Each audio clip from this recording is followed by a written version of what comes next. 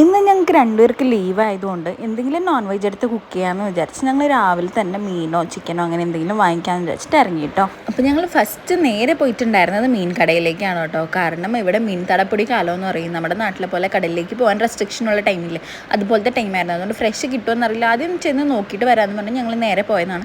നല്ല ഫ്രഷ് മീനുണ്ടായിരുന്നു. മത്തി, ചെമ്മീൻ, ഞണ്ട്, പിന്നെ അതുപോലെ പാറയുടെ വെറൈറ്റി ഒക്കെ ഉണ്ടായിരുന്നു. അതുപോലെ വറ്റാന്ന് പറയുന്ന മീനുണ്ടായിരുന്നു. ചെമ്മീനും ഞണ്ട് ഞങ്ങൾ വാങ്ങിച്ചില്ല, കാരണം ഓൾറെഡി ചൂടല്ല. അപ്പോൾ അതും കൂടെ കഴിക്കുന്നത് ശരീരത്തിന് ചൂടായതുകൊണ്ട് അത് ഞങ്ങൾ വാങ്ങിച്ചില്ല. ഞങ്ങൾ വാങ്ങിച്ചത് മഞ്ഞപ്പാറയാണ് കേട്ടോ. പിന്നെ ഫ്രൈ ചെയ്യാനായിട്ട് ഞങ്ങൾ വാങ്ങിച്ചിട്ടുണ്ടായിരുന്നത് ശങ്കര. ഇവിടെ ശങ്കര എന്ന് പറയാം, ഞങ്ങളുടെ നാട്ടിലതിന് കറ്റ്ല, പുയ്യപ്പള അങ്ങനെയൊക്കെ പറയും. അപ്പോൾ അത് രണ്ടും വാങ്ങിച്ച് കഴിഞ്ഞാൽ ഇവിടെ നിന്ന് തന്നെ ഇവർ ക്ലീൻ ചെയ്ത് തരാം. അപ്പോൾ ഇതാണ് കേട്ടോ ഞങ്ങൾ വാങ്ങിച്ചിട്ടുണ്ടായിരുന്ന മീൻ. വാങ്ങിച്ച് ബില്ല് ചെയ്ത് കഴിഞ്ഞാൽ അവർ തന്നെ ക്ലീൻ ചെയ്ത് തരും. ഈ മീനിന് അയക്കുന്ന 870 രൂപയാണ് കേട്ടോ. അതായത് ഒരു 1.5 കിലോ മീനുണ്ടാവും, രണ്ടും കൂടിയിട്ടാണ് ഞാൻ പറഞ്ഞത്.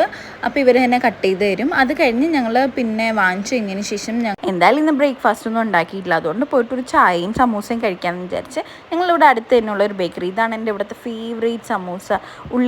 ഉള്ളി ഇട്ടിട്ടുണ്ടാക്കുന്നതാണ് കേട്ടോ ഈ സമൂസ. കുട്ടിയായിട്ടുണ്ടാവും, പക്ഷേ നല്ല ടേസ്റ്റ് ആയിരിക്കും, നല്ല ക്രിസ്പി ആയിട്ട്.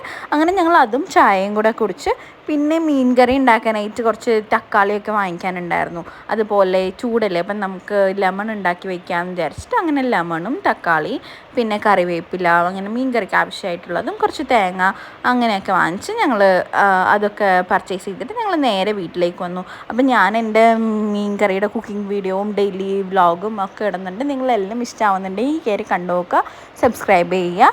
Thanks for watching. See you, by.